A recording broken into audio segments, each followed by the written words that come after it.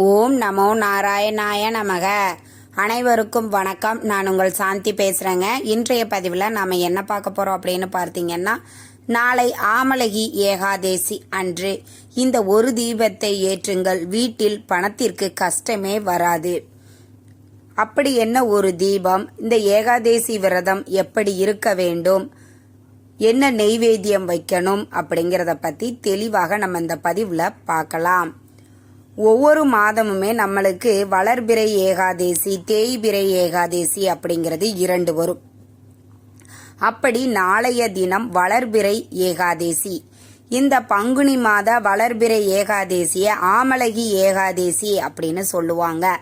அது பார்த்தீங்கன்னா நம்மளுக்கு புதன்கிழமையோடு சேர்ந்து வரக்கூடிய காரணத்தினால இந்த ஏகாதேசி மிகவும் சக்தி வாய்ந்த ஒரு ஏகாதேசியாகும். பொதுவாக ஏகாதேசி அன்று பெருமாளை நாம வழிபாடு செஞ்சோம் அப்படின்னா நம்ம வாழ்க்கையில பொருளாதார நிலையில மிகப்பெரிய ஒரு மாற்றத்தை ஏற்படுத்தும் அப்படின்னு சொல்லப்பட்டிருக்கு. அதுவும் பொன் கிடைத்தாலும் புதன் கிடைக்காது அப்படின்னு சொல்லப்பட்டிருக்கிறதுனால புதன்கிழமையோடு நம்மளுக்கு இந்த வளர்பிறை ஏகாதேசி வரக்கூடிய காரணத்தினால மிக மிக சக்தி வாய்ந்த நாள்ல நாம செய்யக்கூடிய பரிகாரங்கள், வழிபாடுகள், தீபங்கள், மந்திர ஜபங்கள் இது எல்லாத்துக்குமே மிகப்பெரிய ஒரு நற்பலன்கள் நம்மளுக்கு கிடைக்கும். அப்படி நாளைய நாள் சக்தி வாய்ந்த நாளாக இருப்பதினால் உங்க வீட்டில் பெருமாளினுடைய படம் இருக்குது அப்படின்னா அதை முழுவதுமாக சுத்தம் பண்ணி, நீங்கள் ஏகாதேசி விரதம் இருக்கிறீங்க அப்படின்னா காலையில் எழுந்திருச்ச உடனேயே குளிச்சுட்டு ஒரு பெருமாள் படத்திற்கு முன்னாடி ஒரு நெய் தீபம் ஏற்றி உங்களுடைய விரதத்தை துவங்கி கொள்ள வேண்டும். அன்றைய நாள் முழுவதுமே உபவாசமாக இருக்க வேண்டும்.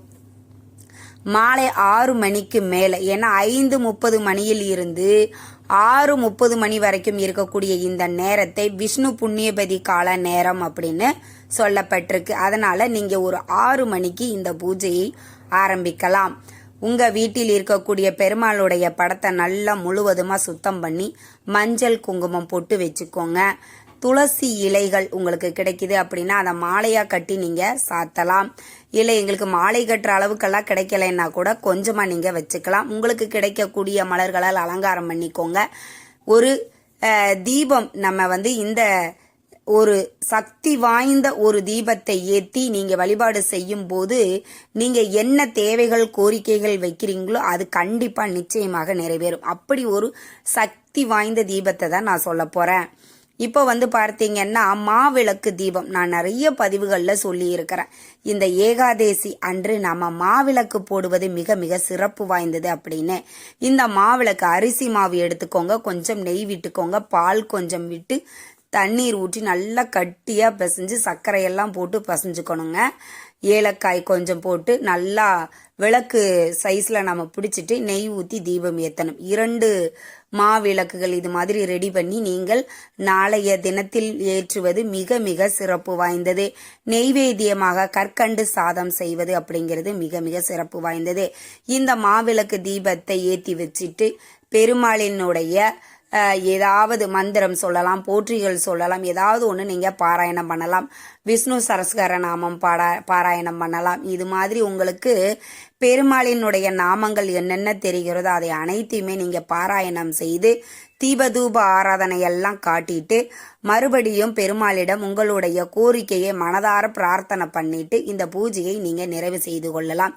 நெய்வேத்தியமாக நாம வச்சிருக்கிற பிரசாதத்தையே நீங்க சாப்பிட்டு விரதத்தை நிறைவு செய்து கொள்ளலாம். இது மாதிரி முறைப்படி ஏகாதேசி விரதம் இருப்பவர்கள் பெருமாளினுடைய பரிபூர்ண அருள் கிடைப்பதோடு அவர்கள் வீட்டில் பணத்திற்கு கஷ்டமே வராது.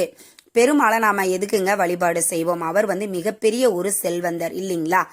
அவரை வழிபாடு செய்தோம் அப்படின்னா நம்மளுக்கு செல்வ நிலைகள், பொருளாதார நிலைகள் அதிகரிக்கும் அப்படிங்கிறது தானே உண்மை. அதனால அவரை நாம வழிபாடு செய்வதற்கு மிக மிக உகந்த ஒரு நாளாக நாளைய தினம் அமைகிறது. நாளைய தினம் வளர்பிறை ஏகாதேசி புதன்கிழமையோடு நம்மளுக்கு அமைய பெறுவதினால் நாளைய தினம் மிகப்பெரிய ஒரு சக்தி வாய்ந்தது. நீங்க பெருமாள் கோவிலுக்கு போறீங்கன்னா துளசி மாலை சாத்திட்டு அங்க கொடுக்கக்கூடிய துளசி இலைகளை உங்களுடைய பணப்பெட்டியில வைங்க. அந்த துளசி இலைகளை அப்படி வைக்கும்போது பெருமாளினுடைய ஆசீர்வாதத்தோடு சேர்த்து நம்மளுக்கு மகாலட்சுமி தாயாரின் ஆசீர்வாதமும் பரிபூர்ணமாக கிடைக்கும்.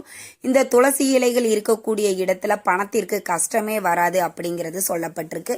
அதனால பெருமாள் ஆலயங்களுக்கு போனீங்கன்னா அங்கே கொடுக்கக்கூடிய துளசி இலைகளை வாங்கி உங்களுடைய பணப்பெட்டியில் வச்சுக்கோங்க. அது ஒரு 2 நாள் 3 நாள் நல்லா இருக்கும். அதுக்கப்புறம் காஞ்சதுன்னா நீங்கள் எடுத்து கால்படாத இடத்துல போட்டுடுங்க. அதற்கப்புறமா பார்த்தீங்கன்னா நீங்கள் செய்ய வேண்டிய முக்கியமான ஒரு விஷயம் என்ன அப்படின்னா, அன்றைய தினம் நீங்கள் யாராவது 2 பேருக்காவது ஒருவேளை உணவாவது நீங்கள் வாங்கி கொடுப்பது அப்படிங்கிறது மிக மிக சிறப்பு வாய்ந்தது.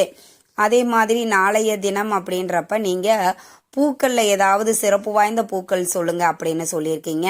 தாமரை பூக்கள் மிக மிக சிறப்பு வாய்ந்தது. பெருமாளுக்கு துளசி இலைகள் தாமரை பூக்கள் சாத்தி நாம் வழிபாடு செய்யும் போது அவர் மனமுகந்து நம்மளுடைய கோரிக்கைகளை ஏற்றுக்கொள்வார் அப்படிங்கிறது நம்பிக்கை. இந்த மாதிரி நாளைய தினம் வளர்வெறியில் வரக்கூடிய இந்த ஏகாதேசி அன்று பெருமாளை வழிபாடு செய்து அவரினுடைய பரிபூரண அருளை பெறுங்கள். இந்த தகவல் உங்களுக்கு ரொம்பவுமே பயனுள்ளதாக இருந்திருக்கும்னு நினைக்கிறேங்க. வீடியோ பிடிச்சிருந்தா லைக் பண்ணுங்க, ஷேர் பண்ணுங்க, கமெண்ட் பண்ணுங்க. இந்த பதிவை உங்களுடைய உற்றார் உறவினர்கள் நண்பர்களுக்கும் ஷேர் பண்ணுங்க. அவங்களும் பார்த்து பயன்பெறட்டும். நன்றி, வணக்கம்.